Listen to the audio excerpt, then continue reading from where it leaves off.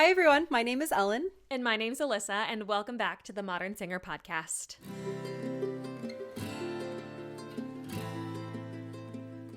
This week, we are talking about industry myths and how to debunk them. I think that these are some super great things to know going into this industry after knowing what has happened for myself in this industry over the past 10 years. And being able to share some of the stuff that we've learned together to debunk what these gossipy things are. So one industry myth is the only way to make it is to do competitions and pay to sings, and that is just absolutely not true. It is false. And the more we get into the modern singing age, the more and more that becomes a myth.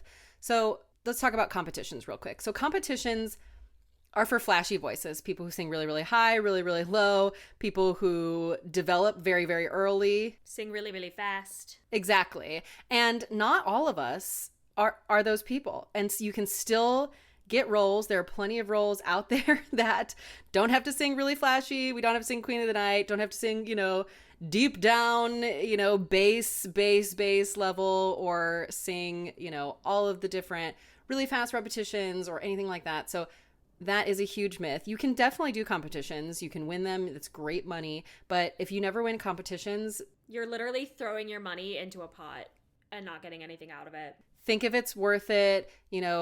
Figure out what your strengths are and what your weaknesses are. Figure out how to utilize those strengths and how to capitalize them. And same with the pay to sings. Pay to sings cost a lot of money. They are great. You get a lot of training. You get a lot of exposure. There's a lot of really great things about pay to sings, but they're very, very expensive and they're very time consuming. If you don't have the money or the time to do a pay to sing, Alyssa and I have talked about this a lot in past episodes. You can start your own projects with your friends. You can put on your own operas. There are small opera companies everywhere that are looking for singers. You can do church gigs. You can do symphony gigs. I mean, there's so much work out there that you don't always have to start with the pay to sings and the competitions. Leading off of that, our second myth is that pay to sings are the only accessible young artist programs, and that is just false. There are a lot of pay to sings out there that are very, very expensive that in and of themselves make them inaccessible. There have been young artist programs and pay to sings that I've applied to, and I've applied to their scholarship applications because I couldn't afford it. And I was verbatim told, well, if you want a scholarship application, there's plenty of sopranos who are willing to pay full price for this. Cool. So no, they are actually a little gatekeepy in my own personal opinion. I am still in credit card debt from the one that I went to personally.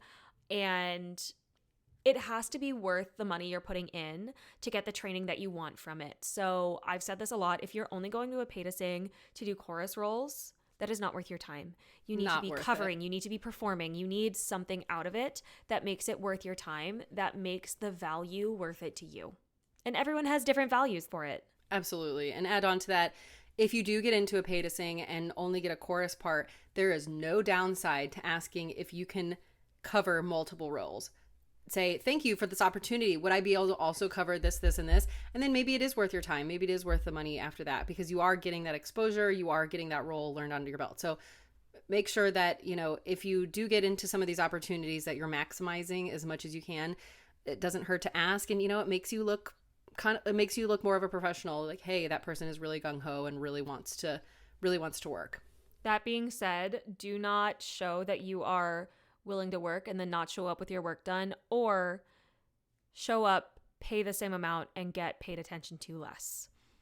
Absolutely. Get your money's worth if you are paying thousands of dollars to be somewhere. Another myth that actually I feel like it has kind of been debunked over the years, but I feel like some people just need a little reminding. I get this one a lot, honestly. Do you? Interesting. Yeah. The myth is you need an agent or manager as soon as you're out of school. That is absolutely false, and it tends to not happen for the majority of people also. We all have that one friend who wins all the competitions and got all the lead roles in school, got into the best grad school and is already managed. We all have that friend, and we're all very happy for that friend. But I know a lot of people who get a shit ton of work, who are fabulous singers who don't have managers at all. That just means that you're doing the work for yourself and you don't have that extra support. So if you don't get a manager or agent right out of school, do not fret. What really is the most important that is that you're continuously working, you're continuously networking, you're continuously learning music and putting your name out there and, you know, getting as many gigs as you can. Yes, they may be smaller gigs, they may be not, you know, main stage role gigs, but you are doing the work, and that is what people are going to look at. Your resume is growing, it's building, you're consistent, you care, you're in it to win it. You know, you really, really want to be in this industry. And, you know, down the road, maybe that means a manager will see you. You know, definitely you can set up times with managers, like when you're on audition tours and whatnot, for them to hear you if that's something that you want to do. But if you don't get an agent right away, do not fret. That is not an end all be all. The best advice I was given on agents and managers is you don't want to be paying someone part of your paycheck until you need help managing your career. For me, my biggest pull was I needed help getting into the room, because once I get into the room, I'm golden. But for me, getting into the room is what I needed for where I am currently auditioning, because I'm 30. I've aged out of most of these programs now, so I need help getting into the room for the bigger roles now because I don't have another option. But take what you need. You do not need an agent or a manager to have a career. The next myth is you have to travel all year long to have a thriving career. Now, for some people, they love traveling. They want to live the nomadic lifestyle. They want to travel with just suitcases and be all of the super fun things. Amazing. Tour life is going to be amazing for you, and I love that journey for you. However, I personally can't stand it. I need a home base. I need to be able to come home and have no one around me for a little bit. And yes, I'm totally fine traveling for gigs every couple of months, but it's not like going on the national tour of the Cher show that's going on right now and going to a new city every other week. Like, I personally cannot do that. You do not have to travel all year to have a thriving career. Yeah, make sure that you're looking at what your community offers. So like in Phoenix, there's a lot of community theater. There's a lot of musical theater. And so, you know, you can see what's out there and supplement your income with that, and then maybe do a gig out of town every now and then. You can live in Chicago or New York, where obviously there's a huge thriving arts market. Lots of performing arts companies there. Just see where you live and how you can maximize your performing efforts there. Another myth that is absolutely false is if you're teaching, you cannot perform. And I cannot stress that that is a myth Oh my more. God, that's so fake. I can't stress more that that is a myth. Most singers want a teacher who does perform, want somebody who has that knowledge, actually, because this is a crazy industry that changes all the time. And like we said, it's about who you know and in the moment. And if your teacher is out there performing, they can tell you like, hey, this is the industry knowledge that I have. These are the people and the connections that I have. These are people who are actually working right now, not just people who worked, 10, 20, 30, 50 years ago. And that will help you tremendously. So much. I mean, it'll help you with rep, what people are singing these days, what people want to hear. It'll help you with new music. Hey, your teacher just went and did this brand new show and it's booming, and now I think that you should learn this music as well, because a lot of people are looking at this.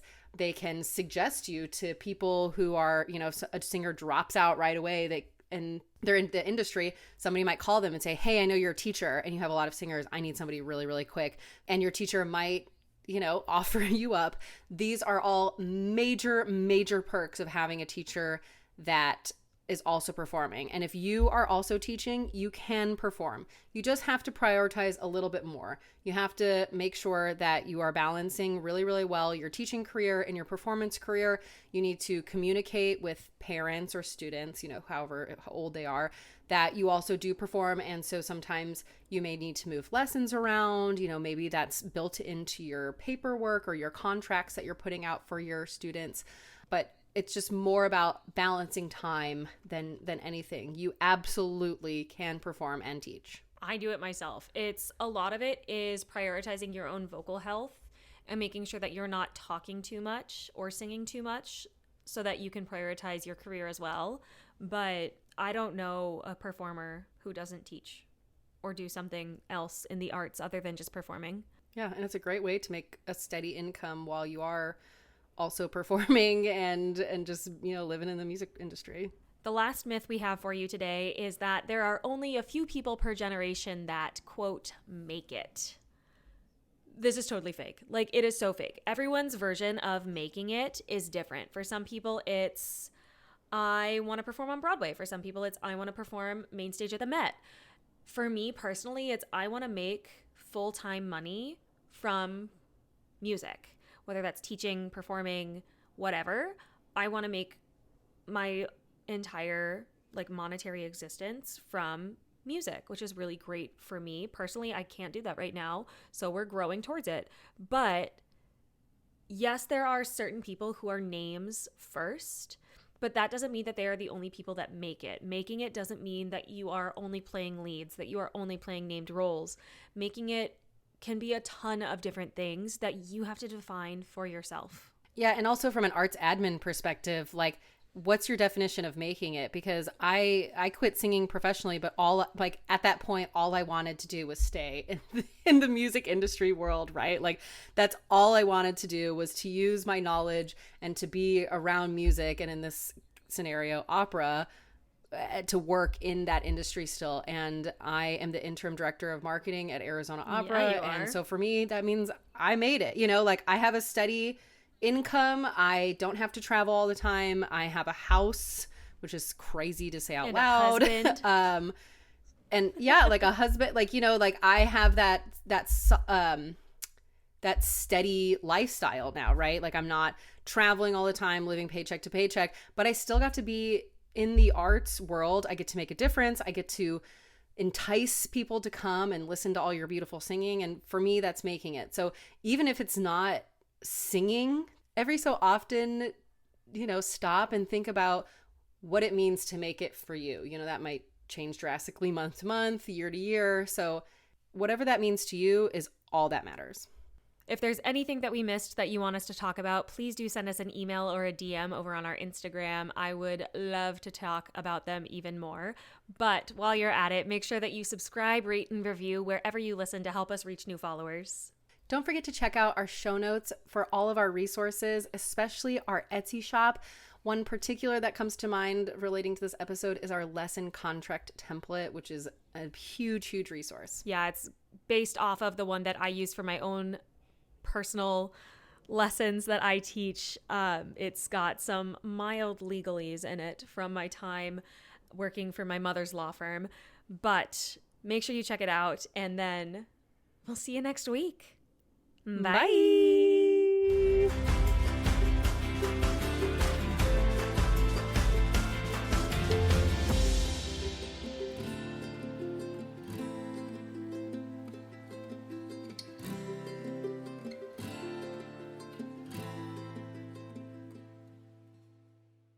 Stizzoked for the... No, I'm not saying that. I'm so tired. Oh, no. Oh, my God. I'm dying.